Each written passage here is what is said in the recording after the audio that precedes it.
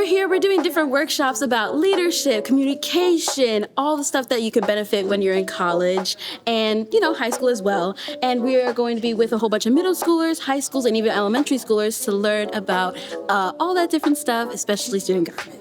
We have a variety of workshops. They range and target the needs of students specifically, as we took those issues from our issues assembly, our last general assembly. So these workshops are tailored to what we've heard from you guys. I'm really excited today for the ASCBC Winter General Assembly, for all the students to come here and learn about leadership and advocacy, and hopefully gain some meaningful skills.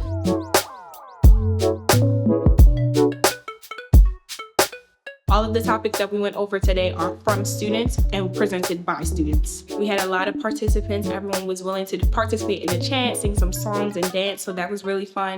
I didn't really keep in on some of the sessions because I was presenting a session myself, especially on AI, because that's an uprising problem in our schools. Our sessions were pretty great. Students were interactive. Students actually wanted to learn about the topic, and it was overall a good time. The General Assembly today was great.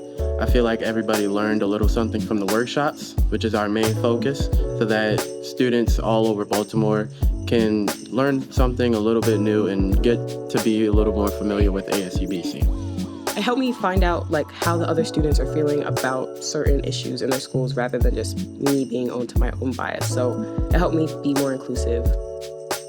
I like helping people, and SGA at my school was one way of doing that, but SGA at a district level was, a more serious way of doing that. I think it elevates our student voices. It's a rare opportunity for students all across the city to interact with each other, and I think that having student-led workshops with not a lot of advisor focus really helps students learn from each other, since their usual way of learning is learning from a teacher in a classroom, but now it's completely student-focused, and I think that encourages students and elevates them to go out and lead on their own.